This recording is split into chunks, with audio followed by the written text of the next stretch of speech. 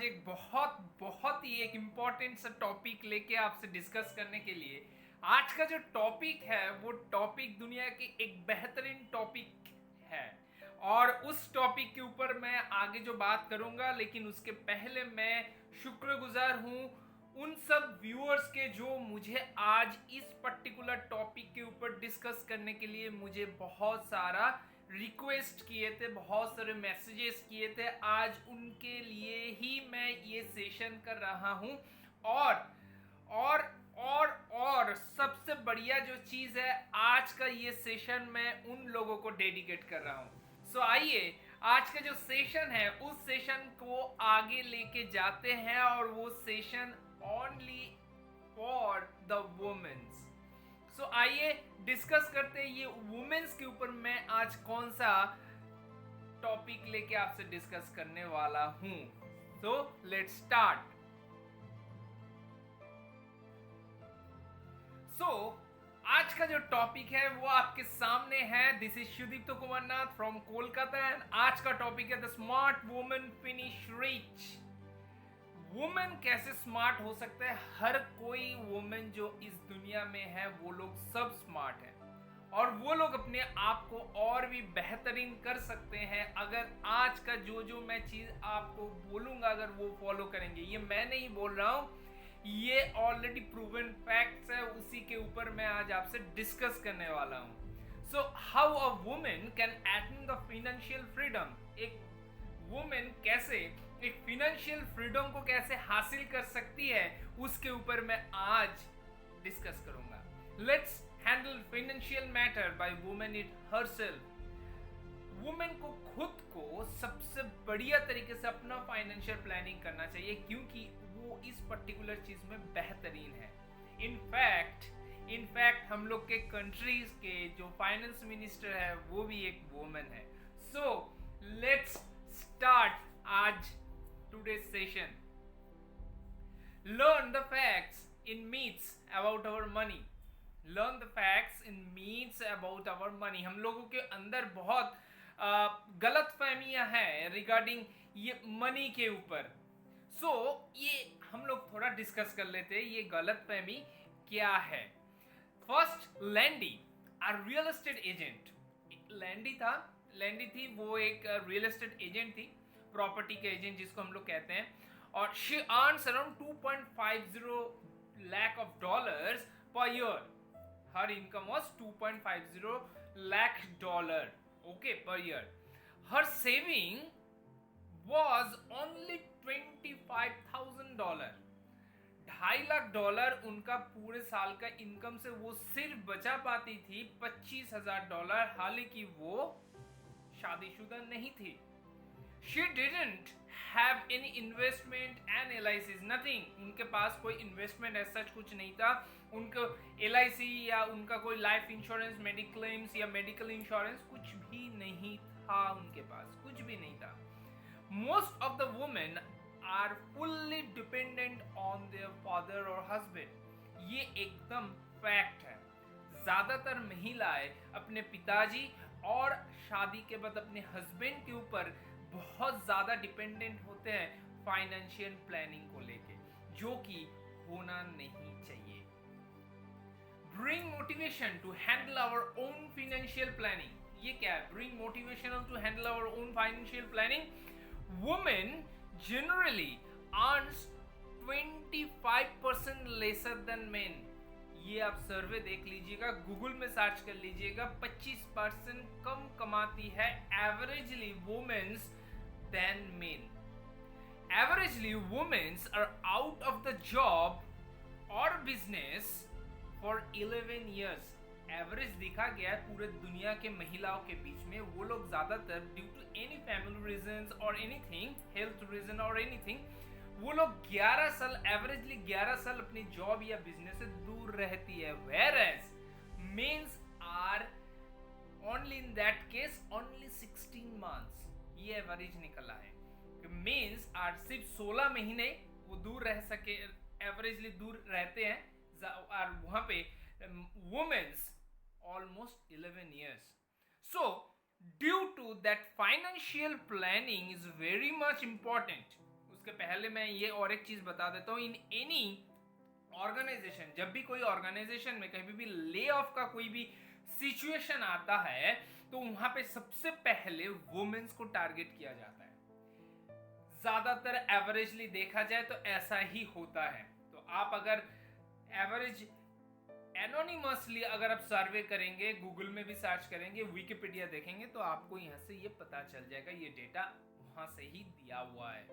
So due to this financial planning, so यहाँ पे क्या हम लोग देखा, हम लोग क्या जाना यहाँ से कि वुमेन्स बहुत ज्यादा दिन तक वो दूर रहती है, और जब भी कोई भी कुछ लेऑफ्स का सिचुएशन आता है तो उनको पहले टारगेट किया जाता है। सो सबसे ज्यादा फाइनेंशियल प्लानिंग का जरूरत वुमेन्स के लिए है, due to her future as well as her child's future, both the cases उनको फाइनेंशियल प्लानिंग करना चाहिए।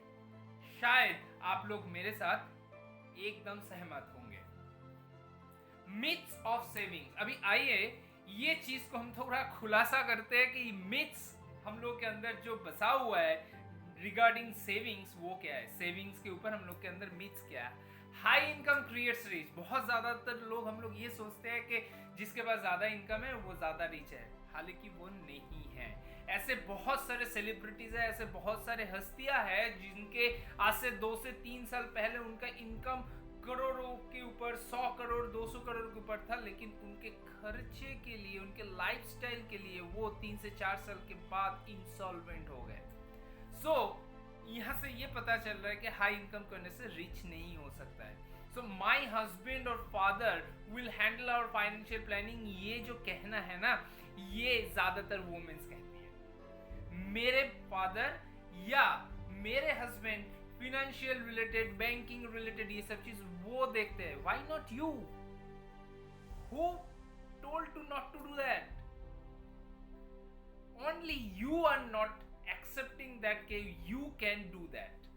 So let's start this session, let's start this practice so that आप इसको ज्यादा से ज्यादा समझने की कोशिश करिए और उसमें आप मास्टरी हासिल कर लेंगे। और ये वुमेन्स के लिए एक बहुत ज्यादा एक गॉड गिफ्टेड पावर भी है। इन्फ्लेशन को मद्देनजर रखते हुए सब लोग सोचते हैं कि इन्फ्लेशन ऐसा एक चीज है जिसको हम लोग कंट्रोल कर सकते हैं, लेकिन बेसिकली हम लोग कंट्रोल नहीं कर सकते, इवन गवर्नमेंट भी कंट्रोल नहीं कर सकता। आज के डेट में 100 रुपया का वैल्यू जो है, ठीक आज से 10 साल बाद वही 100 रुपया का वैल्यू 20 रुपया का करीब होगा। सो यहां से हम लोग को क्या पता चल रहा है कि इन्फ्लेशन का रेट लास्ट 10 ईयर में करीब एवरेजली मैं अगर ग्लोबल के व्यूज देखो 5% रहा है। सो वो 5% के ऊपर अगर हम लोग ये बात करते हैं तो उस पर्टिकुलर सिचुएशन में हम लोग को ऐसा एक इन्वेस्टमेंट करना चाहिए जहां से इन्फ्लेशन को हम लोग कर्ब कर सके, और ये वुमेन सबसे बेहतर कर सकती है, बहुत ही बेहतर। How to create a massive wealth on just few rupees a week. हफ्ते में कुछ ही पैसा जमा के या कुछ ही पैसा सेविंग करके हम लोग कैसे मैसिव वेल्थ क्रिएट कर सकते हैं। यहाँ पे मैं एक चीज बताऊंगा, ये मैसिव वेल्थ क्रिएशन के पीछे 2 सीक्रेट है। एक सीक्रेट है कंसिस्टेंसी, दूसरा सीक्रेट क्या है?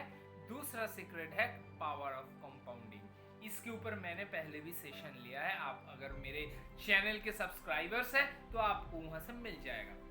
To become rich it is not that much important about our earning, rather how much we are saving. अगर हम लोग कुछ भी इनकम करते हैं वो ज्यादा मायने नहीं रखता कि हम लोग रिच है या नहीं, rather हम लोग कितना सेविंग करते हैं वो ज्यादा मायने रखता है। लाइक वॉरेन बफेट एक लाइव एग्जांपल है। In the year of from his age of around 32-33 तब से लेके आज तक उन्होंने अराउंड 80-82 ईयर्स ऑफ एज है उनके। सो अभी तक उनने जो सेविंग्स किया है और वो सेविंग्स में जितना इंटरेस्ट भी आया है, उन इंटरेस्ट को भी उन्होंने हाथ तक नहीं लगाया है आज तक। सो वो कंपाउंडिंग होते होते होते कहाँ में पहुंच गए ये हम लोग सब जानते हैं। पे आवरसेल्फ फर्स्ट, ये बहुत ही इंपॉर्टेंट है। हम लोग किसी भी चीज के साथ अगर इन्वॉल्व होते हैं, कोई भी काम हो, कोई भी बिजनेस हो, हम लोग खुद को पहले पे करना पड़ेगा कि मैं कितना इसके लिए डिजर्व करता हूँ, वो पेमेंट करना बहुत ज़रूरी है। जैसे कि हम लोग अगर जॉब करते हैं तो वो जॉब में हम लोग को सैलरी मिलता है और हम लोग वो सोचते हैं कि वो हम लोगों की क्या है, वर्थ है, लेकिन वो एक्चुअली वर्थ नहीं है। आप खुद को कितना वैल्यू देते हैं उस हिसाब से आप अपने आप को पेमेंट करना पड़ेगा और उसके लिए आपको खुद को जानना पड़ेगा। Next, little latte effect. Latte effect, what is latte effect? हम लोगों के जो बहुत सारे हैबिट्स हैं, बहुत सारे एक्सपेंडिचर के स्पेंडिंग के हैबिट्स है, वो अगर हम लोग कर्ब कर पाए तो वो हम लोग सोच भी नहीं सकते कि वो कहां से कहां तक जा सकता है। जैसे कि यहाँ पे मैंने सिंथिया की एक एग्जांपल मैं देना चाहती हूँ। सिंथिया ये बोल रही थी कि उनका जो सेविंग है, सिंथिया जी के जो सेविंग थी, वो कभी भी वो ये बिलीव नहीं कर पाती थी कि वो साल में $50,000 सेव कर पाएगी। हालांकि उनका टोटल ईयरली इनकम था $5 लाख इन ईयर। सो वो क्या करी, तो वो एक फाइनेंशियल कंसल्टेंट के पास गई और फाइनेंशियल कंसल्टेंट उनको पहले एकदम फर्स्ट में उनको ये पूछा कि आपके जो इन्वेस्टमेंट के हैबिट्स है, मतलब स्पेंडिंग के जो हैबिट्स है, वो बताते जाए। तो आपका डेली रूटीन क्या है? सो ये बताए कि मैं सुबह जब ऑफिस से निकलता हूँ तो मैं एक कॉफ़ी शॉप में जाता हूँ, उसमें एक लटे लेता हूँ और उसके साथ कॉफ़ी लेता हूँ और लटे के साथ एक सूप भी मैं लेता हूँ और वो सूप के साथ ही वो लटा अच्छा लगता है। और उसके साथ साथ हम जब ये सब खाना हो जाता है तो मैं एक वो रिफ्रेशर्स जो होता है, माउथ फ्रेशनर, वैसा वो लेते हैं। सो ये जो एक्सपेंडिचर है उस ये लटे एंड वो जो कॉफ़ी एंड वो जो सूप था, ये सब मिला के उनका एक्सपेंडिचर आ रहा था $8। सो ये $8 में अगर वो हर दिन $8 नॉर्मली ये खर्च करते थे, तो अगर वो इस हैबिट को थोड़ा चेंज कर ले कि लाटे डेली नहीं खाना है, बीच बीच में ही खाना है, तो वो हफ्ते में अगर 2 दिन या 3 दिन भी सेव कर लेती है तो $24 वो सेव कर सकती है। साल का कितना हो गया, महीने का कितना हुआ, साल का कितना हुआ, हफ्ते का कितना हुआ? अगर ये कैलकुलेट करेंगे तो $50,000 इजीली यहाँ से सेव हो सकता है। ऐसे ही उनका लाइफ में और भी ज्यादा हैबिट्स से स्पेंडिंग के, वो सब रेक्टिफाई किया गया और वो खुद रेक्टिफाई किए अपने बिहेवियर को, स्पेंडिंग बिहेवियर को, और वो इजीली $50,000 से ज्यादा वो सेव कर पाई। ठीक वैसे ही हम लोगों को भी सेव करना है अपने हैबिट्स को चेंज करके। ये पहले हम लोग को रियलाइज करना पड़ेगा कि कहाँ पे फजूल खर्चे हो रहा है जो हम लोग कंट्रोल कर सकते हैं, उसके बाद ही हम लोग कर सकते हैं। और ये वुमेन्स बहुत ज्यादा अच्छे तरीके से लॉजिकली कर सकते हैं। 3 basket approach for financial security, ये एकदम फॉलो करिए, अंधाधुन का तरह इसको फॉलो करिए लाइफ में, ये आपको बहुत बड़ा रिटर्न देगा। सिक्योरिटी बास्केट, इमरजेंसी, एक्सीजेंसी, ये कहावत है कि सब एक ही बास्केट में मत रखिए। अगर एक बास्केट अगर गिर जाता है या कुछ भी हो जाता है तो पूरा सब डीम खराब हो जाता है। सो उसी तरीके से हमको डाइवर्सिफिकेशन करना चाहिए, इन्वेस्टमेंट के भी डाइवर्सिफिकेशन करना चाहिए, सेविंग्स का भी डाइवर्सिफिकेशन होना चाहिए।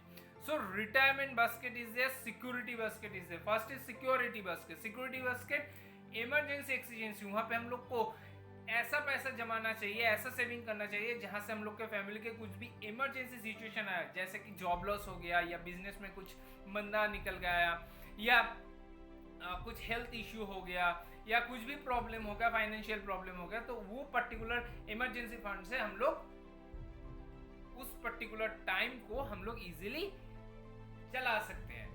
Next is retirement basket. What is retirement basket? मैं एक चीज यहाँ पे आपको सलाह दूंगा, आप अपने जो आप यहाँ पे जॉब करते हो अपने टीचर से बात करिए। रिटायरमेंट एक अकाउंट होता है, रिटायरमेंट अकाउंट में टैक्स कटने के पहले, आपका सैलरी आने के पहले जो टैक्स कट के आता है, वो टैक्स कटने के पहले ये रिटायरमेंट का पैसा उस रिटायरमेंट अकाउंट में हम लोग ट्रांसफर कर सकते हैं और वो पैसा ये पर्सनल या प्राइवेटली भी कर सकते हैं। और वो पैसा जब वहां पे जाता है तो वहां पे आपको सालाना, अभी इंडिया में जो रिटायरमेंट का एन्युटी का जो रेट है दैट इज 7.5 से 7.25 से 7.5 के अंदर रहता है, तो वो हिसाब से आप यहाँ से रिटर्न ले सकते हैं।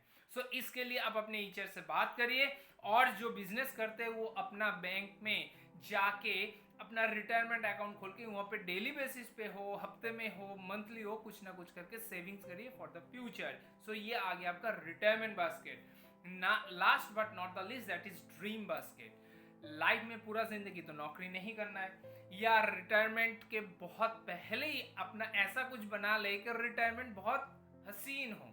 सो उसके लिए क्या करना पड़ेगा, आपको ड्रीम बास्केट बनाना पड़ेगा, जहां पे अपनी जो पैशन है, जो ड्रीम्स है, जो अपने एज बढ़ने के साथ साथ वो एकदम पूरा मतलब फिनिश हो जा रहा था, उसके लिए आपको कुछ सेविंग्स करना है।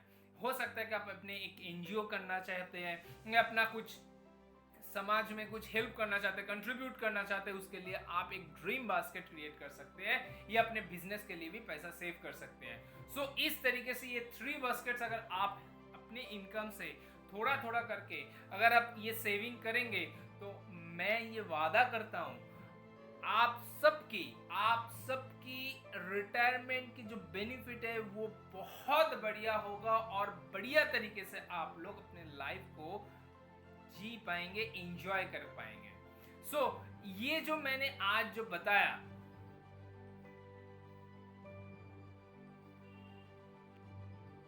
हेलो फ्रेंड्स, मैं आज फिर आया हूं आपके बीच में, आज एक बहुत ही एक इम्पोर्टेंट सा टॉपिक लेके आपसे डिस्कस करने के लिए।